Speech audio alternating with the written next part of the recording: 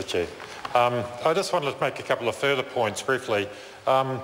Firstly, about the commencement, which of course is the day after it receives royal assent, etc. But in fact, this is retrospective legislation. The effect of this legislation is to take us back to a day or a week before the Remuneration Authority fulfilled its mandate to come up with a proposal about an increase or a change in MP salary, and to pretend that never happened. We generally are very suspicious of retrospective legislation. I'm not blind to the fact that our third choice SOP, I think, also suggests a retrospective move to basically overturn the decision that was made, but then not to endeavour in the course of a week to cobble together in haste an inadequate substitute for that decision-making process, which, flawed as it may be, and we do agree absolutely that it has been flawed for a very long time, and we wonder why the government has not taken steps, if they are genuinely concerned that that process is flawed, of setting remuneration. Why have they waited till this moment to shove through a bill in the course of a few hours on a Tuesday afternoon? So, sir, I do think that that is a point which we have yet to hear an answer from the Minister about what is the basis of the rationale or the excuse for urgency.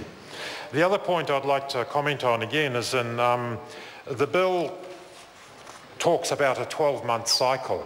If we had the luxury of a proper parliamentary process, if we could take advice from elsewhere and listen to submissions, we might hear an argument, and it's been put before, that ought we not perhaps to put this, rather than a 12-month cycle, on a 36-month cycle, so that MPs come into this House at each election knowing roughly what their income, their package of benefits and so on is going to be for the next 3 years. I would argue that might take some of the heat out of the public objection. At least it would be 3 year rather than an annual circus. I would suggest that that would, if we do benchmark MP salary movements to some average, then you've got a 3-year average rather than a 12-month one, which I think would make it more robust, potentially more reliable and longer lasting. Again, these are symptoms of something that's been cobbled together in great haste, without adequate thought and without drawing on the undoubted expertise that is available in the community, communities of interest, be they specialised or simply the members of the public who might want to have a say. I wonder if part of the government's determination to have this done and dusted in a few hours on a Tuesday is because they're unwilling to expose themselves to the public, to public input, because undoubtedly a select committee looking at some alternative proposition would undoubtedly take the opportunity to have a crack at MPs. You'd hear a lot of opinion, a lot of rhetoric undoubtedly. And that's fair comment. Maybe we ought to simply expose ourselves to that, have a proper process, think about things like should we look at a 3-year rather than a 12-month cycle, and ought we not underline the public outcry about MP remuneration? Shouldn't we stop and think to ourselves, why is it that the public objects so strongly to MPs getting paid a bit more? Maybe it's something to do with the behaviour that is routinely displayed in this House, not least of all at question time.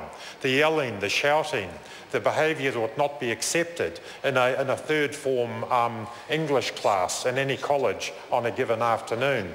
Perhaps we need to look a bit more closely at ourselves, our own behaviours, our own practices, and for an explanation of why the public does get so very angry when they see MPs apparently getting an increase in pay. And I think, to channel our former colleague Mr Robertson, maybe we need to think again about a code of conduct for this House, and maybe if the public saw us behaving in a way befitting members of this chamber more often and more routinely, maybe some of the heat would go out of this debate and it would become more rational, more focused and a little bit more objective than it currently is. Thank you, Mr Chair. Mr Chair. Melissa Lee. I move that the question be now put. The question is that the motion is agreed to. All those in favour say aye. Against no, the ayes have it. We come now to the amendments. The first amendment set out on supplementary order paper 57 in the name of Materia Ture. Those who are in favour of that amendment say aye. To the contrary say no. The noes have it. A party vote called for. Clerk will conduct a party vote.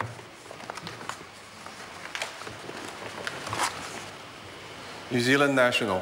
59 opposed. New Zealand Labour. 32 opposed. Green Party. 14 votes in favour. New Zealand First. 11 votes opposed. Maori Party. ACT New Zealand. 1 opposed. United Future. 1 opposed.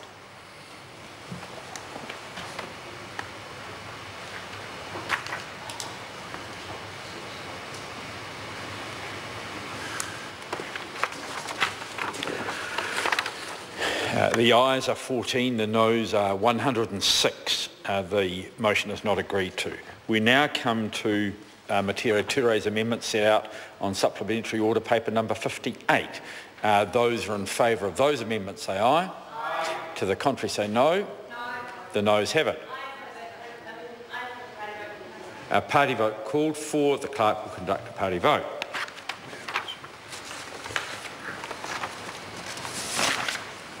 New Zealand National. 59 votes opposed. New Zealand Labour. 32 votes in favour. Green Party. 14 votes in favour. New Zealand First. 11 votes in favour.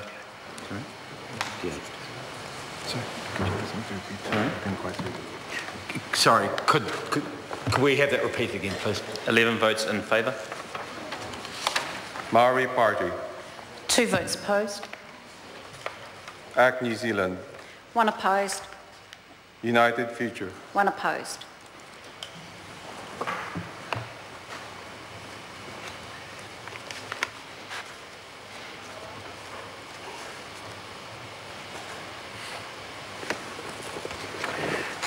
The ayes are 57, the noes are 63. The motion is not agreed to. We now come to Materia Ture's amendment set out on supplementary order paper number 59. Those in favour say aye. Aye. To the contrary say no. No. The noes have it. A party vote has been called for and the clerk will conduct a party vote. New Zealand National. 59 opposed. New Zealand Labour. 32 opposed. Green Party. 14 votes in favour. New Zealand First. 11 votes opposed. Maori Party. 2 votes opposed. ACT New Zealand. 1 vote opposed. United Future. 1 vote opposed.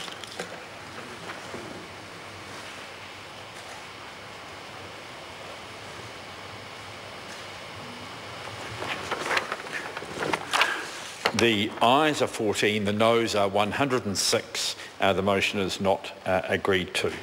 The question now is that parts 1 and 2, the schedule, clauses 1 and 2 stand apart. All those who are of that opinion will say aye. The contrary opinion will say no. The ayes have it. I will report this bill without amendment. Mr Chair.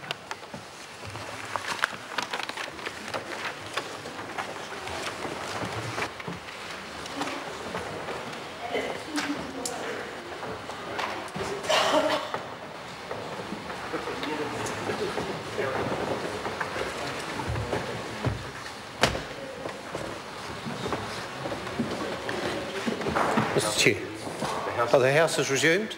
Mr Speaker, the committee has considered the Remuneration Authority Members of Parliament Remuneration Amendment Bill and reports it without amendment. Mr Speaker, I move that the report be adopted. The question is that the report be adopted. Those of that opinion will say aye. Aye. To the contrary, no. The ayes have it.